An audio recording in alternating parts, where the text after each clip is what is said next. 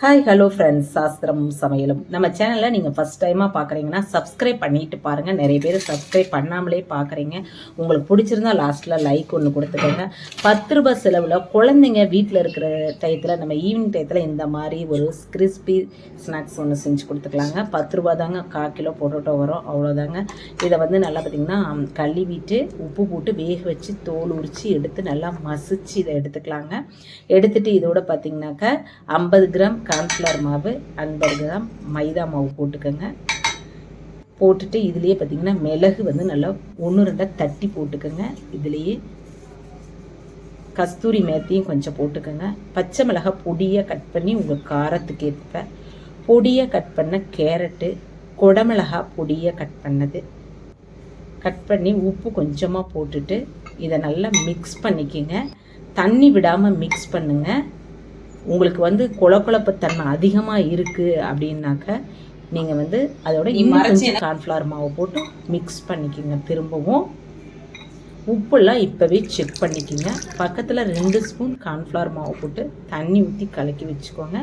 உங்களுக்கு குழந்தைங்களுக்கு என்ன பிடிக்குமோ அந்த ஷேப்பை வந்து இதை வந்து உருட்டிக்கிங்க. குட்டி குட்டி பால்ஸாக கூட நீங்கள் உருட்டிக்கலாம்.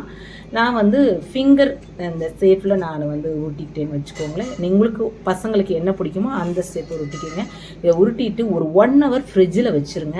நம்ம பிரெட் காம்ஸில் போட்டு எடுக்கிறதுனால அது வந்து பார்த்திங்கன்னா நல்லா டைட்டாக பிடிச்சிக்கும். நம்ம டைரெக்டாக உடனே பொரித்தோம் அப்படின்னாக்கா ஆயிலில் எல்லாமே இந்த பிரெட் காம்ஸ் வந்து அடியில் நிற்கும், நமக்கு டிஸ்டர்பன்ஸாக இருக்கும். அதனால் நீங்கள் வந்து 1 ஹவர் வந்து ஃப்ரிட்ஜில் வச்சு எடுத்தீங்க அப்படின்னாக்கா ஒன்று கூட வந்து அந்த துகள்கள், பிரெட்டோட துகள்கள் ஆயிலுக்கு அடியில் இருக்காதுங்க. அதுக்காக தான் நான் இப்போ ஒரு 10 மினிட்ஸாக வச்சுருந்தேன் உங்கள்கிட்ட பொரித்து காமிக்கிறதுக்காக. வச்சுட்டு நம்ம அடுக்கி வச்சுட்டு ரெடி பண்ணிவிட்டு நம்ம ஆயில் வந்து பார்த்திங்கன்னா கம்மியாக ஒரு 150 தான் நான் ஊற்றிக்கிட்டேன். அதிகமாக இதை வந்து ஆயிலெலாம் நமக்கு வந்து இழுக்கலை. ரொம்ப ஈஸியாக குழந்தைங்க சாயங்கால டைப்பில் இருக்கிற டைப்பில் நம்ம இப்போ வந்து சம்மருக்கு வந்து எல்லா கெஸ்ட்டு, எல்லா நம்ம நாத்தனார் பசங்க, அண்ணன் பசங்க எல்லாருமே வந்திருப்பாங்க.